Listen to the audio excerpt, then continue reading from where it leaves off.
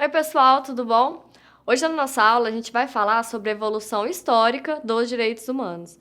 Bom, a compreensão da dignidade suprema da pessoa humana e dos seus direitos no curso da história foi em grande parte fruto de episódios relevantes de massacres e surtos de violência. Por quê? Porque o remorso por esses episódios violentos faz nascer, no momento histórico, a exigência de novas regras de uma vida de dignidade para todos. Outro fato relevante na história dos direitos humanos é que existe um sincronismo entre as grandes declarações de direitos e grandes descobertas científicas ou técnicas. Então, por um lado, a gente vai ter grandes mudanças de ordem técnica nos meios e instrumentos de convivência, mas que, de certa forma, são indiferentes aos seus fins. E, de outro lado, a natureza ética que procura submeter a vida social ao valor supremo da justiça. Bom, a solidariedade humana vai atuar em 3 dimensões. A primeira dimensão é que ocorre dentro de cada grupo social. A segunda dimensão é que ocorre entre os grupos, povos e nações. E a terceira dimensão é que vai ocorrer entre as gerações.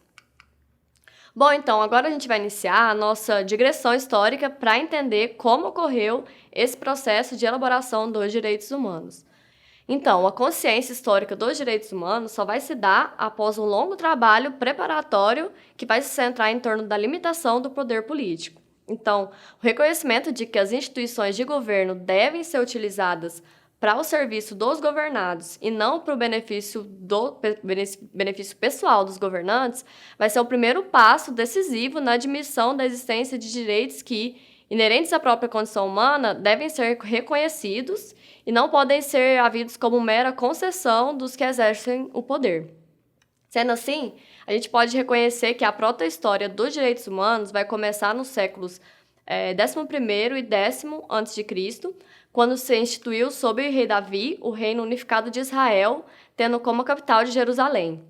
Então, para Fábio Comparato, esse Estado é o embrião do que muitos séculos depois vai passar a ser designado como Estado de Direito, que o Estado de Direito a gente entende como uma organização política em que os governantes não criam o direito para justificar o seu poder, mas vão se submeter aos princípios e normas que vão ser ditados por uma autoridade superior. Então, o reino de Davi, que durou aproximadamente 33 anos, vai estabelecer pela primeira vez na história política da humanidade a figura do rei sacerdote, o monarca que não se proclama Deus e nem se declara legislador, mas aqui ainda tem a ideia de lei divina. Bom, certinho até aqui? Essa experiência relevante de limitação institucional do poder de governo vai ser retomada no século VI a.C., com a criação das primeiras instituições democráticas em Atenas e prosseguiu no século seguinte com a fundação da República Romana. Então, a democracia ateniense vai se fundamentar nos princípios da preeminência da lei e da participação ativa do cidadão nas funções de governo. O sentido e a importância que os gregos clássicos davam ao nomos era incomparavelmente mais amplo e mais profundo do que aqueles que são conferidos à lei moderna. Bom, e o que significa isso, nomos? Segundo o próprio Aristóteles, nomos é uma regra que vai emanar da prudência e da razão, e não da simples vontade, seja do povo, seja dos governantes. Então, isso se deve ao respeito à lei de forma quase religiosa que os gregos em geral, não apenas os atenienses, tinham em relação à lei. Como exemplo, a gente tem um episódio na obra de Heródoto, que diz que Xerxes, o famoso rei da Pérsia, estava prestes a invadir a Grécia e ele vai manifestar um profundo desprezo por aquele povo que não obedecia a um chefe único. Então, o espartano vai responder que aquele povo era livre, mas que eles tinham sim um senhor, que era a lei, que eles temiam mais do que qualquer súdito poderia temer o seu próprio rei. Bom, efetivamente, na vida política ateniense, por mais de 2 séculos, o poder dos governantes foi estritamente limitado, não apenas pela soberania das leis, mas também pela cidadania que era ativa. As instituições da democracia direta ateniense e o povo, pela primeira vez na história, vão fazer com que o povo realmente governe-se a si mesmo pela primeira vez. Já na República Romana, a limitação do poder político foi alcançada não pela soberania popular ativa, mas graças à instituição de um complexo sistema de controles recíprocos entre os diferentes órgãos políticos. Esse governo moderado da República Romana vai inspirar, de fato, Montesquieu na composição de sua teoria política no século XVIII, que vai defender a divisão dos poderes estatais.